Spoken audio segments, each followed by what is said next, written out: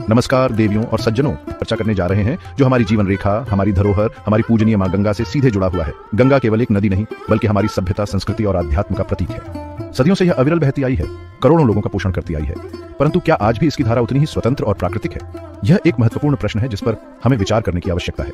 जैसा कि आप जानते हैं, विकास की दौड़ में हमने प्रकृति के साथ कई समझौते किए हैं। गंगा नदी पर कुल 940 से अधिक बांध, बैराज और वियर्स बनाए गए हैं जो इसके प्राकृतिक प्रवाह को प्रभावित कर रहे हैं। ये आंकड़े चौंकाने वाले हैं और यह सोचने पर विवश करते हैं कि इन संरचनाओं का गंगा के समग्र स्वास्थ्य पर क्या असर पड़ रहा होगा। क्या ये संरचनाएं हमारी प्रगति का प्रतीक हैं या फिर हमारी नदी के लिए एक मौन संकट? इस प्रश्न का उत्तर खोजना अत्यंत आवश्यक है, क्योंकि गंगा का स्वास्थ्य हमारे भविष्य से जुड़ा है। पर्यावरणविदों के अनुसार ये संरचनाएं नदी के पुनर्जीवन में बाधा उत्पन्न कर रही हैं। उनका मानना है कि नदी का अपना एक पारिस्थितिकी तंत्र होता है, एक जीवन चक्र होता है, और जब हम उसके प्राकृतिक मार्ग में इतनी बड़ी संख्या में अवरोध खड़े करते हैं तो हम अनजाने में ही उसके इस जीवन चक्र को बाधित कर देते हैं। आज के इस विशेष कार्यक्रम में हम गंगा पर बने कुछ प्रमुख बांधों और बैराजों की विस्तार से चर्चा करेंगे और उनके पर्यावरणीय प्रभावों को समझने का प्रयास करेंगे। तो चलिए शुरू करते हैं ये ज्ञानवर्धक यात्रा। देवियों और सज्जनों, हमारी इस यात्रा का पहला पड़ाव है टिहरी बांध। ये नाम सुनते ही मन में एक विशाल संरचना की छवि उभरती है, और यह सत्य भी है। उत्तराखंड के टिहरी जिले में भागीरथी नदी पर स्थित यह बांध भारत का सबसे ऊंचा और विश्व का 5वां सबसे ऊंचा बांध है। कल्पना कीजिए, एक ऐसी दीवार जो भागीरथी की प्रचंड धारा को थाम लेती है, उसे नियंत्रित करती है। इसकी भव्यता और इंजीनियरिंग कौशल निसंदेह प्रशंसनीय है, पर इसके दूसरे पहलू भी हैं जिन पर विचार करना आवश्यक है। इसकी ऊंचाई 260.5 मीटर अपने आप में एक कीर्तिमान है। ये ऊंचाई लगभग 85 मंजिला इमारत के बराबर है। जब हम इस आंकड़े को सुनते हैं तो हमें यह समझना चाहिए कि इतनी विशाल संरचना का निर्माण कितना चुनौतीपूर्ण रहा होगा और इसका आसपास के पर्यावरण पर कितना गहरा प्रभाव पड़ा होगा।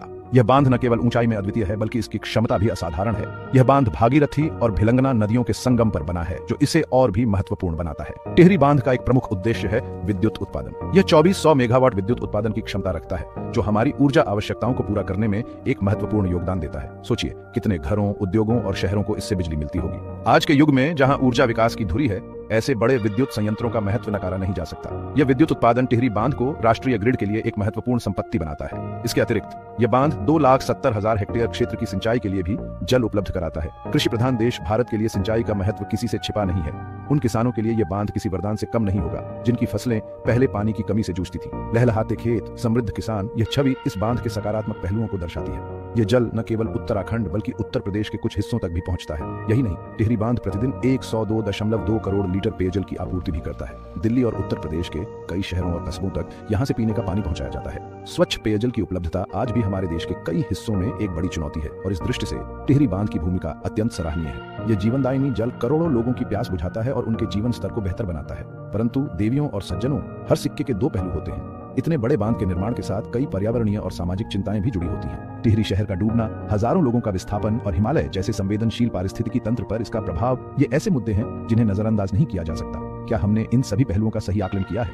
यह एक यक्ष प्रश्न है। भागीरथी, जिसे गंगा का उद्गम भी माना जाता है, अपने प्राकृतिक रूप में एक तीव्र वेग वाली नदी है। इस पर इतना बड़ा अवरोध खड़ा करने से इसके प्रवाह, गाद के बहाव और जलीय जीवन पर क्या असर पड़ा है, यह गहन शोध का विषय है। नदी का अपना एक संतुलन होता है, और जब हम उस संतुलन को बिगाड़ते हैं तो उसके दूरगामी परिणाम हो सकते हैं। विशेषज्ञों का मानना है कि इतने बड़े जलाशय के कारण इस भूकंप संभावित क्षेत्र में भूगर्भीय अस्थिरता का खतरा भी बढ़ सकता है। हालांकि बांध के निर्माण में इन सभी सुरक्षा मानकों का ध्यान रखने का दावा किया जाता है, परंतु प्रकृति की अपनी शक्ति होती है। इस बांध ने निश्चित रूप से विकास के नए आयाम स्थापित किए हैं, पर इसकी पर्यावरणीय कीमत पर भी हमें गंभीरता से सोचना होगा। अंततः टिहरी बांध विकास और पर्यावरण के बीच संतुलन साधने की हमारी क्षमता का एक प्रतीक है। यह हमें यह सोचने पर विवश करता है कि क्या हम ऐसे बड़े प्रकल्पों को और अधिक टिकाऊ और पर्यावरण अनुकूल बना सकते हैं। यह प्रश्न न केवल टिहरी के लिए बल्कि भविष्य की सभी परियोजनाओं के लिए महत्वपूर्ण है। अब हम अपनी चर्चा को आगे बढ़ाते हुए पहुंचते हैं पश्चिम बंगाल, जहां गंगा नदी पर स्थित है फरक्का बैराज। यह बैराज, जो 1974-75 में बनकर तैयार हुआ, एक विशेष उद्देश्य के साथ बनाया गया था। इसका मुख्य लक्ष्य था कोलकाता बंदरगाह को गाद की समस्या से निजात दिलाना। कोलकाता बंदरगाह, जो कभी भारत का सबसे प्रमुख बंदरगाह हुआ करता था, हुगली नदी में गाद जमा होने के कारण अपनी क्षमता खो रहा था। फरक्का बैराज की परिकल्पना इसी समस्या के समाधान के रूप में की गई थी।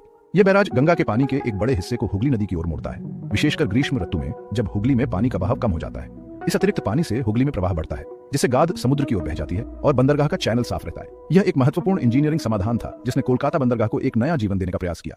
इस बैराज की लंबाई लगभग 2240 मीटर है और इसमें 109 गेट हैं। यह अपने आप में एक विशाल संरचना है जो गंगा के प्रवाह को नियंत्रित करती है।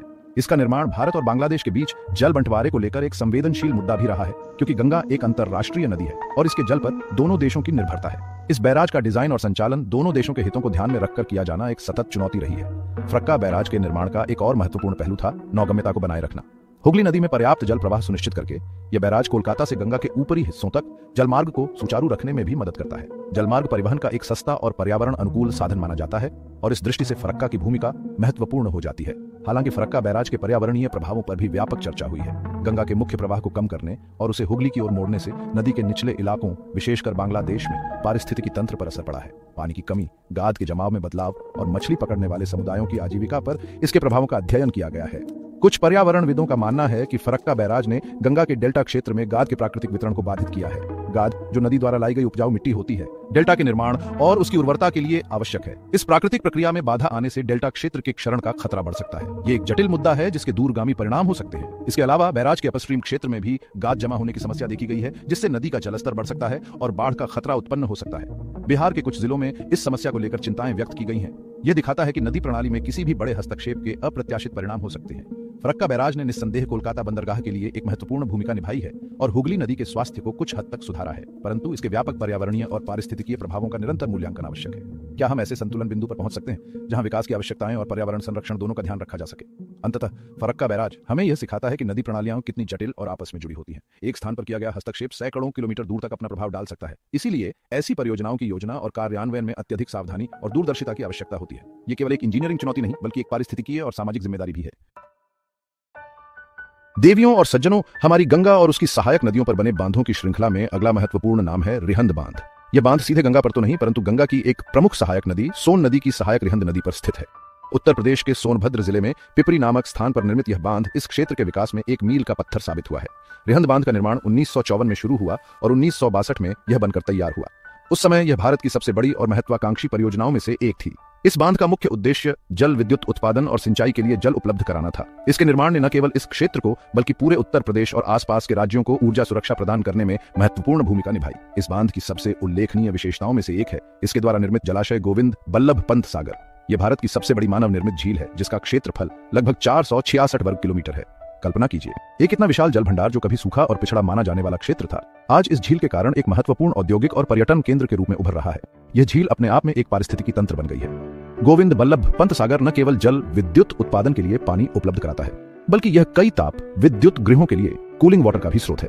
इस क्षेत्र में सिंगरौली सोनभद्र का ऊर्जांचल, जो भारत का ऊर्जा केंद्र कहलाता है, इसी जलाशय पर काफी हद तक निर्भर है। यहाँ से उत्पन्न होने वाली बिजली देश के कोने कोने तक पहुंचती है। सिंचाई के क्षेत्र में भी रिहंद बांध का योगदान महत्वपूर्ण है। इसके जल से उत्तर प्रदेश और बिहार के कई जिलों में लाखों हेक्टेयर भूमि सिंचित होती है, जिससे कृषि उत्पादन में वृद्धि हुई है और किसानों की आर्थिक स्थिति में सुधार आया है। यह बांध इस क्षेत्र में हरित क्रांति का एक महत्वपूर्ण कारक रहा है। हालांकि इतने बड़े जलाशय के निर्माण के अपने नकारात्मक पहलू भी रहे हैं। गोविंद बल्लभ पंत सागर के निर्माण के लिए एक बड़े भूभाग को जलमग्न करना पड़ा, जिससे हजारों लोगों को विस्थापित होना पड़ा। उनके पुनर्वास और आजीविका का प्रश्न एक बड़ी चुनौती थी और आज भी इस पर चर्चा होती रहती है। यह मानवीय पहलू किसी भी बड़ी विकास परियोजना का एक अभिन्न अंग होता है। इसके अतिरिक्त रिहंद नदी, जो कभी स्वतंत्र रूप से बहती थी, अब बांध द्वारा नियंत्रित होती है। इसके प्राकृतिक प्रवाह में बदलाव आया है, जिसका असर नदी के जलीय जीवन और उसके किनारे बसे समुदायों पर पड़ा है। नदी में गाद का प्रवाह भी प्रभावित हुआ है, जिसके दीर्घकालिक परिणाम हो सकते हैं। पर्यावरण की दृष्टि से देखें तो इतने बड़े जलाशय के निर्माण से स्थानीय जलवायु में भी कुछ परिवर्तन देखे गए हैं। हालांकि इस क्षेत्र में हुए औद्योगिकीकरण और खनन गतिविधियों का भी इसमें योगदान है। रिहंद बांध और गोविंद बल्लभ पंत सागर के आसपास का क्षेत्र आज भी कई पर्यावरणीय चुनौतियों का सामना कर रहा है, जिनमें जल प्रदूषण और वायु प्रदूषण प्रमुख हैं। फिर भी रिहंद बांध ने उत्तर प्रदेश और मध्य प्रदेश के सीमावर्ती क्षेत्रों के आर्थिक विकास में एक महत्वपूर्ण उत्प्रेरक की भूमिका निभाई है। इसने ऊर्जा उत्पादन, सिंचाई और औद्योगिक विकास के नए द्वार खोले हैं। यह बांध इस बात का प्रमाण है कि कैसे जल संसाधनों का सही प्रबंधन क्षेत्रीय विकास को गति दे सकता है, परंतु इसके साथ ही यह हमें सतत विकास के सिद्धांतों को अपनाने की भी प्रेरणा देता है। देवियों और सज्जनों, अब हम रुख करते हैं उत्तर प्रदेश के ललितपुर जिले की ओर, जहां बेतवा नदी पर स्थित है राजघाट बांध। बेतवा नदी यमुना की एक महत्वपूर्ण सहायक नदी है और यमुना आगे चलकर प्रयागराज में गंगा से मिलती है। इस प्रकार राजघाट बांध भी अप्रत्यक्ष रूप से गंगा नदी प्रणाली का ही एक हिस्सा है। यह बांध उत्तर प्रदेश और मध्य प्रदेश की एक संयुक्त परियोजना है, जो दोनों राज्यों के लिए लाभकारी सिद्ध हुई है। राजघाट बांध का निर्माण कार्य 1970 के दशक में शुरू हुआ और यह एक बहुउद्देशीय परियोजना के रूप में विकसित किया गया। इसका अर्थ है कि इस बांध के निर्माण के पीछे एक से अधिक उद्देश्य थे, जिनमें सिंचाई, जल आपूर्ति और जल विद्युत उत्पादन प्रमुख हैं। ये बांध बुंदेलखंड जैसे सूखा प्रवण क्षेत्र के लिए किसी जीवन रेखा से कम नहीं है, जहां पानी की कमी हमेशा एक बड़ी समस्या रही है। इस बांध की ऊंचाई लगभग 43.8 मीटर और लंबाई 562.5 मीटर है। हालांकि यह टिहरी जैसे विशाल बांधों की तुलना में छोटा लग सकता है, परंतु अपने क्षेत्र में इसका महत्व अद्वितीय है। इसके द्वारा निर्मित जलाशय, जिसे रानी लक्ष्मीबाई सागर के नाम से भी जाना जाता है, एक बड़े क्षेत्र में जल सुरक्षा सुनिश्चित करता है। यह जलाशय न केवल सिंचाई के लिए बल्कि पीने के पानी के लिए भी एक महत्वपूर्ण स्रोत है। सिंचाई के क्षेत्र में राजघाट बांध का योगदान विशेष रूप से उल्लेखनीय है। इससे निकलने वाली नहरों के माध्यम से उत्तर प्रदेश और मध्य प्रदेश के लाखों हेक्टेयर कृषि भूमि को सिंचित किया जाता है। बुंदेलखंड, जो अपनी पथरीली भूमि और अनियमित वर्षा के लिए जाना जाता है, इस बांध के जल से काफी हद तक लाभान्वित हुआ है। इससे किसानों को रबी और खरीफ दोनों फसलें उगाने में मदद मिली है, जिससे उनकी आर्थिक स्थिति में सुधार हुआ है। जल विद्युत उत्पादन भी इस बांध का एक महत्वपूर्ण पहलू है। राजघाट बांध पर स्थापित विद्युत गृह से लगभग 45 मेगावाट बिजली का उत्पादन होता है। यह बिजली स्थानीय जरूरतों को पूरा करने के साथ साथ ग्रिड को भी आपूर्ति की जाती है। हालांकि यह उत्पादन क्षमता बहुत बड़ी नहीं है, फिर भी यह अक्षय ऊर्जा का एक स्रोत है और जीवाश्म ईंधन पर हमारी निर्भरता को कम करने में मदद करता है। इसके अतिरिक्त राजघाट बांध के जलाशय से कई कस्बों और गांवों को पेयजल की आपूर्ति भी की जाती है। स्वच्छ और सुरक्षित पेयजल तक पहुंच मानव विकास का एक बुनियादी संकेतक है और इस दिशा में राजघाट बांध की भूमिका सराहनीय है। यह न केवल मानव जीवन के लिए बल्कि पशुधन के लिए भी जल उपलब्ध कराता है, जो इस क्षेत्र की ग्रामीण अर्थव्यवस्था का एक महत्वपूर्ण हिस्सा है। परंतु जैसा कि हर बड़ी परियोजना के साथ होता है, राजघाट बांध के निर्माण से भी कुछ पर्यावरणीय और सामाजिक सरोकार जुड़े हुए हैं। जलाशय के निर्माण के लिए कुछ वन भूमि और कृषि भूमि जलमग्न हुई और कुछ परिवारों को विस्थापित भी होना पड़ा। हालांकि सरकार द्वारा पुनर्वास के प्रयास किए गए, परंतु विस्थापन का दर्द हमेशा बना रहता है। बेतवा नदी के प्राकृतिक प्रवाह में भी इस बांध के कारण परिवर्तन आया है।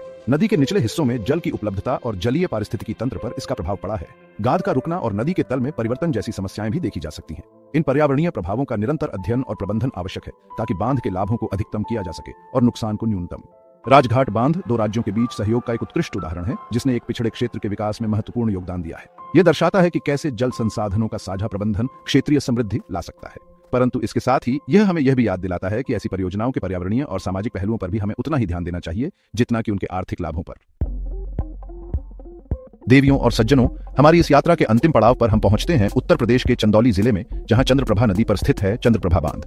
यह बांध हालांकि टिहरी या रिहंद जितना विशाल नहीं है, परंतु अपने क्षेत्र में सिंचाई के लिए इसका महत्व अतुलनीय है। चंद्रप्रभा नदी कर्मनाशा नदी की एक सहायक नदी है और कर्मनाशा आगे चलकर गंगा में विलीन हो जाती है। इस प्रकार यह बांध भी बृहत्तर गंगा बेसिन का एक अंग है। चंद्रप्रभा बांध का निर्माण मुख्य रूप से सिंचाई के उद्देश्य से किया गया था। यह क्षेत्र, जो कभी पानी की कमी से जूझता था, इस बांध के बनने के बाद कृषि के क्षेत्र में आत्मनिर्भरता की ओर अग्रसर हुआ। इस बांध का निर्माण 1950 के दशक के मध्य में हुआ था, जो इसे भारत की शुरुआती सिंचाई परियोजनाओं में से एक बनाता है। इसका डिजाइन और निर्माण तत्कालीन इंजीनियरिंग क्षमताओं का एक अच्छा उदाहरण है। इस बांध की ऊंचाई लगभग 22 मीटर और लंबाई 287 मीटर है। इसके द्वारा निर्मित जलाशय हालांकि बहुत बड़ा नहीं है, फिर भी यह आसपास के कृषि क्षेत्रों के लिए जीवनदायिनी जल उपलब्ध कराता है।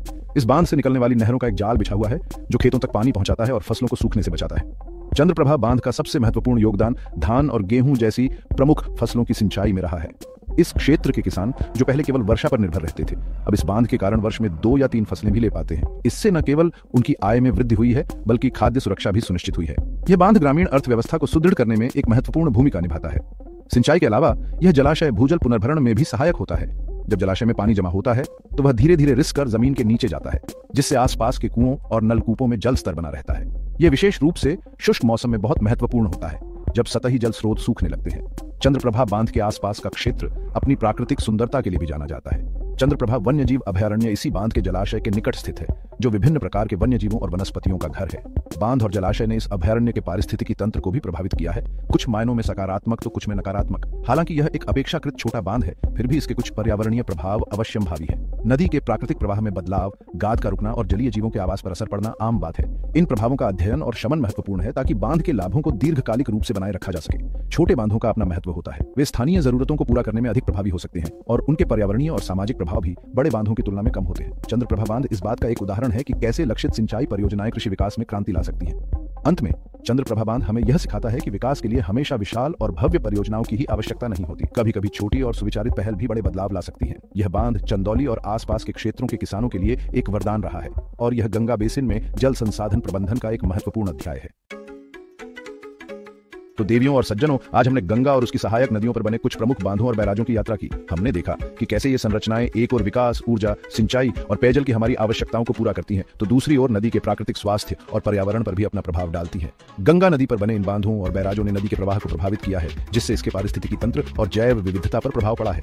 यह एक ऐसा सत्य है जिसे हम अनदेखा नहीं कर सकते। यह संतुलन का प्रश्न है। विकास आवश्यक है, परंतु क्या यह प्रकृति की कीमत पर होना चाहिए? पर्यावरणविदों का मानना है कि गंगा के संरक्षण के लिए उसके प्राकृतिक प्रवाह को बनाए रखना आवश्यक आवश्यक है। नदी केवल जल का एक स्रोत नहीं, बल्कि एक जीवित इकाई है। उसका अपना एक पारिस्थितिकी तंत्र है, जिसमें विभिन्न जीव जंतु और वनस्पतियां एक दूसरे पर निर्भर रहते हैं। जब हम उसके प्रवाह को रोकते हैं या बदलते हैं, तो हम इस पूरे तंत्र को प्रभावित करते हैं। हमारी जिम्मेदारी है कि हम विकास और पर्यावरण के बीच एक सामंजस्य स्थापित करें। हमें ऐसी तकनीकों और नीतियों को अपनाना होगा जो टिकाऊ हों और नदी के स्वास्थ्य को प्राथमिकता दें। गंगा हमारी धरोहर है और इसे आने वाली पीढ़ियों के लिए संरक्षित रखना हमारा कर्तव्य है। गंगा नदी पर बने प्रमुख बांधों के बारे